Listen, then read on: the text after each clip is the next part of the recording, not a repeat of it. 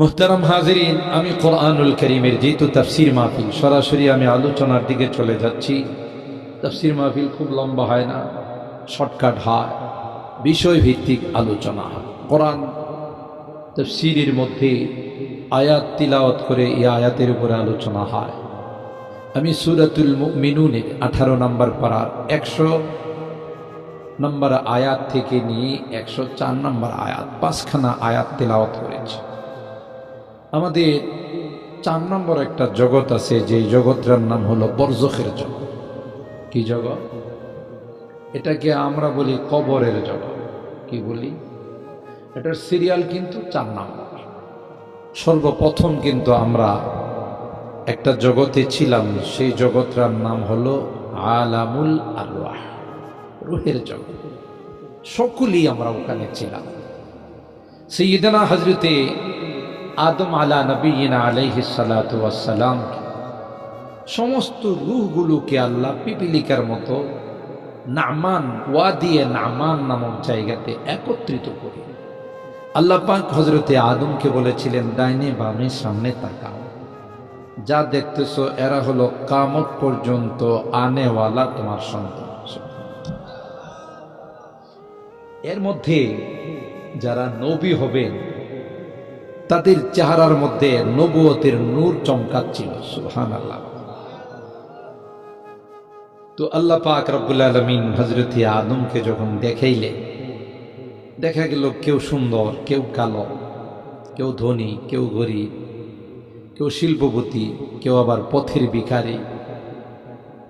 বাবা দেখে আল্লাহর কাছে বললেন, আল্লাহ, যেহেতু সবগুলোই আমার সন্তান, এগুলোর একরকম বানাইলে ভালো ছিল না? সুবহানাল্লাহ।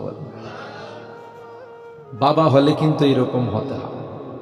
এর দ্বারা এই শিক্ষা আমরা অর্জন করতে পারি, বাবার কাছে সব ছেলেরা একরকম হওয়াটা এটা বাঞ্ছনীয়। আমাদের সমাজে কিন্তু এরকম কিছু আছে, দেখবেন কোনো ছেলেরে কিছু বেশি দেয়া যায়, কোনো ছেলেরে কম দেয়া যায়। বাবা জীবিত থাকা অবস্থায় যদিও এটার বিস্ফোরণ হয় না, মারা গেলে কিন্তু মারামারি কাটাকাটি হয়। ঠিক বললাম? ইসলাম এটা কঠোরভাবে নিষেধ করে। আমি আপনি দুনিয়ার থেকে চলে যাওয়ার পর কোরআনের সূরা নিসা 4 নম্বর পারার সূরা নিসার মধ্যে সন্তান কত পাবে, ছেলে কি পরিমাণ পাবে, মেয়ে কি পরিমাণ পাবে, স্ত্রী থাকলে কি পাবে, মা থাকলে কি পাবে, ভাই থাকলে কি পাবে, বোন থাকলে কি পাবে, কোরআনে ক্লিয়ারলি সবকিছুর বন্টন করে। ঠিক কেন? আমার এখানে বন্টন করার কি আছে? হযরত রাসূল আকরাম সাল্লাল্লাহু তাআলা আলাইহি ওয়াসাল্লামের কাছে হযরত নুমান ইবনে বশীর, নুমানের বাবা বশীর, নুমানের জন্য আলাদা একটা বাগান, দ্বিতীয় স্ত্রীর পীড়াপিড়ির কারণে, যাদের সংসারে 2 জন ম্যাডাম আছে, দ্বিতীয় ম্যাডাম কিন্তু একটু বেশি নিতে চায়। আগের ম্যাডামের কোরবানি থাকে, দ্বিতীয় ম্যাডামের চাই দখলদারিত্ব। আপনাদের হয়তো এদিকে নাই। হযরতে থানবী রাহমাতুল্লাহ আলাইহি বলছেন, থানবী রাহমাতুল্লাহ আলাইহির কথা, যদি কেউ দুনিয়াতে জাহান্নাম দেখতে চাও 2টা বিয়া করো। মা রাবদ খুব খুশি হইতেছে, এই হুজুরের তো দরকার ছিল আর আগে থেকে। ইসলাম কিন্তু 4টা বিয়েকে অ্যালাউ করে। ফানকিহু মা তাবা লাকুম মিনান নিসাই মাসনা ওয়া সুলাসা ওয়া রুবা।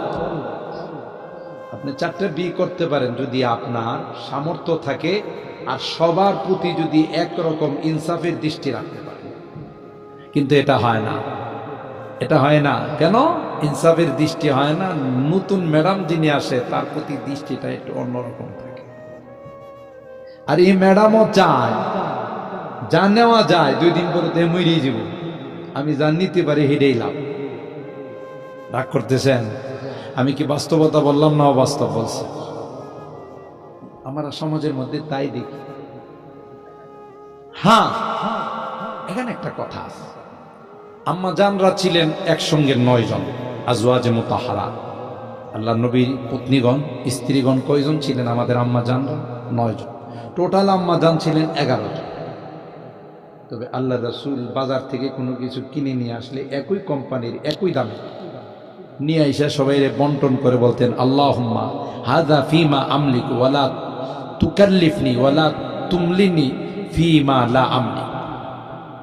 হে আল্লাহ, এটা তো আমি যতটুকু আমার সাধ্য ছিল ইনসাফ করে জরা জর্রা জর্রা কড়াই কড়াই আমি 16 আনা ইনসাফ করে বন্টন করছি। আর যেই জিনিসটা আমার কন্ট্রোলে নয়, আউট অফ দ্য কন্ট্রোল, সেটা হলো মহব্বত আর ভালোবাসা।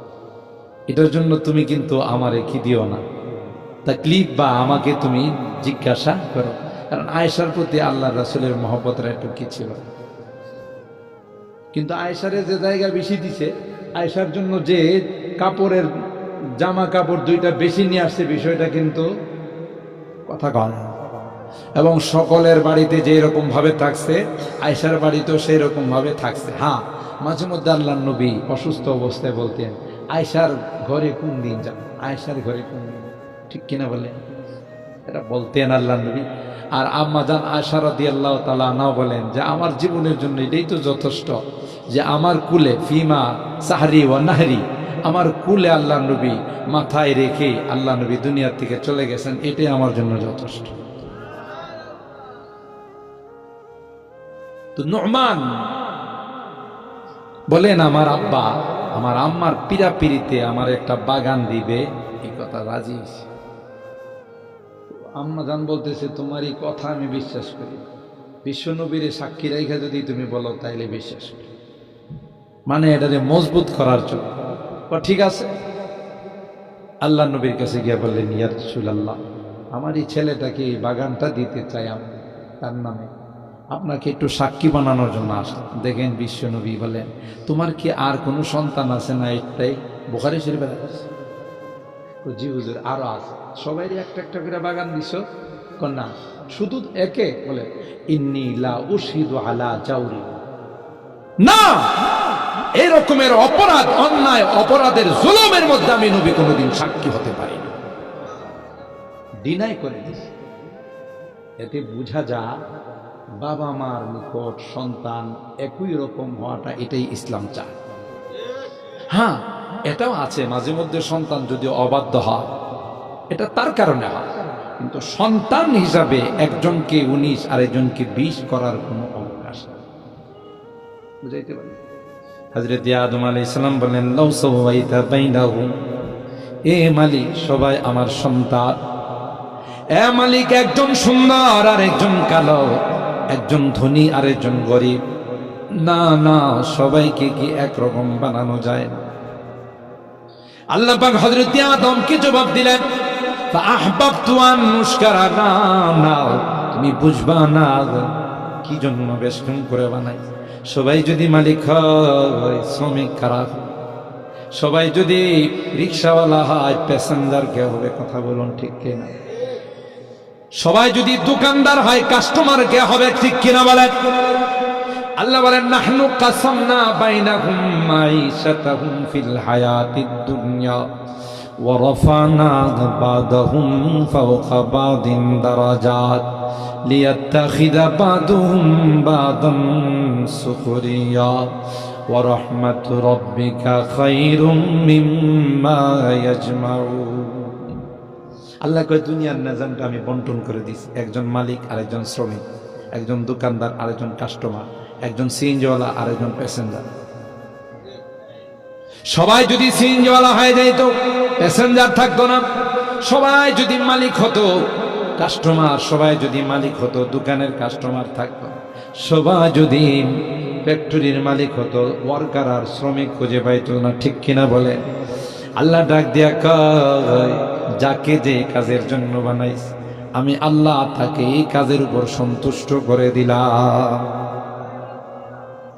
যারা নৌকা চালায়, শীতের মধ্যে নদীতে থাকে, জোরে বলেন ঠিক কিনা?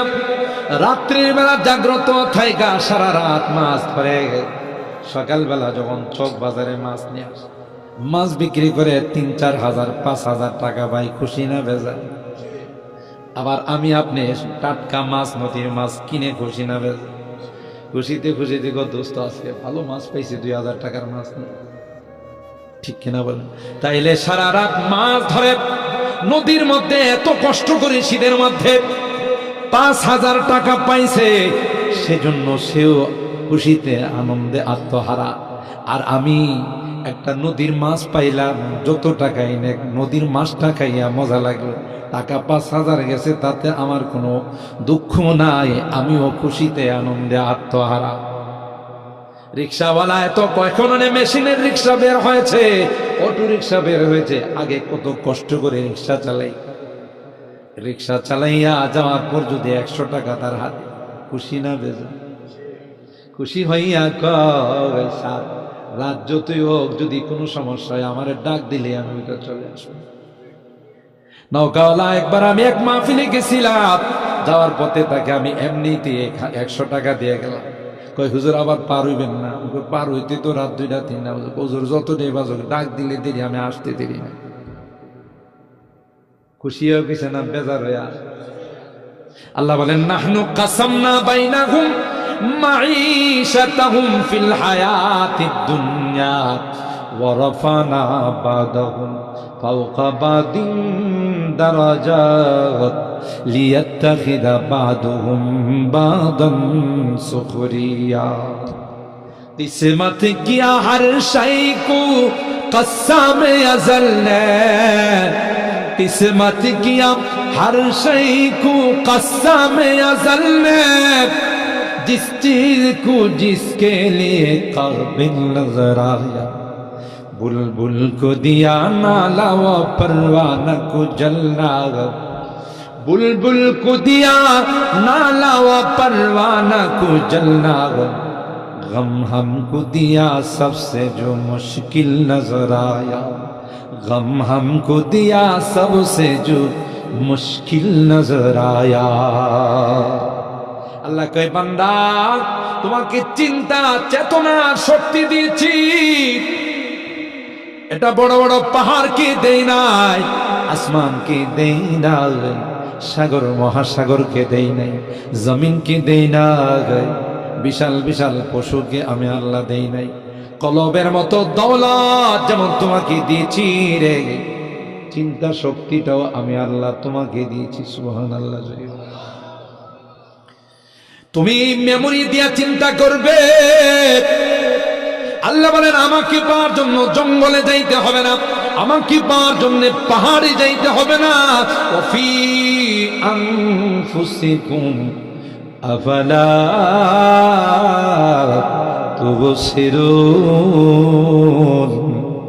তোর মাথা থেকে পা পর্যন্ত আমার নিয়ে গবেষণা কর, তাইলে আমি আল্লাহর কুদরত তোর সামনে চলে আসবে। সুবহানাল্লাহ। এ ভাই 360টা জয়েন্টকে দিয়েছেন, যদি জয়েন্ট গুলো না থাকতো, হাত মুখ করতো না, ভাস হতো না, তক্তার মতো সোজা হয়ে থাকতো, ঠিক কিনা? কোমরটা বাঁকা হতো, হাঁটু বাঁকা হতো না, পাও বাঁকা হতো না। আল্লাহ ডাক দেয়া কই বান্দা তুমি যা খাবার গ্রহণ করো রে, আমি আল্লাহ এখানে কুদরতি একটা মেশিন ফিট করে রাখছি। সুবহানাল্লাহ। মেশিনটা পৃথিবীর কোন ফ্যাক্টরি আবিষ্কার করতে পারে নাই, কিয়ামত পর্যন্ত পারবে না। আল্লাহ মেশিনটা বানায়া তোমার ভিতরে রাখে, তুমি যখন খাও কিছু অংশ তোমার ব্লাডের মধ্যে সার্কুলেশন করে। সুবহানাল্লাহ। আবার কিছু অংশ তোমার গোশতের মধ্যে পাঠায়। সুবহানাল্লাহ বলেন।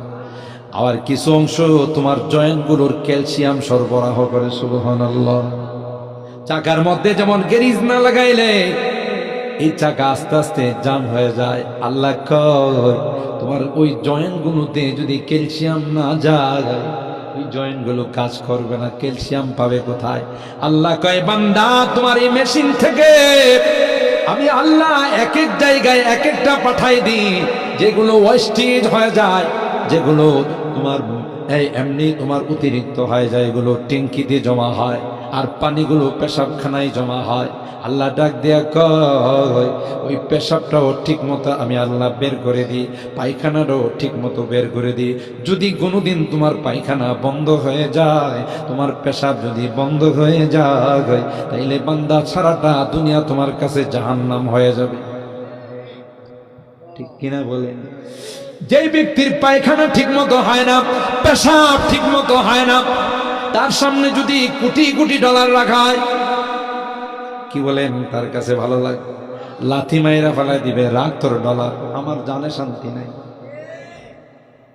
এই জন্য পয়গম্বর কয়, এ উম্মত, যখন তুমি বাথরুমে ঢুকবা তখন ছোট্ট একখানা দোয়া পড়ে ঢুকো, আল্লাহুম্মা ইন্নী আউযু বিকা মিনাল খুবুসি ওয়াল খাবাই।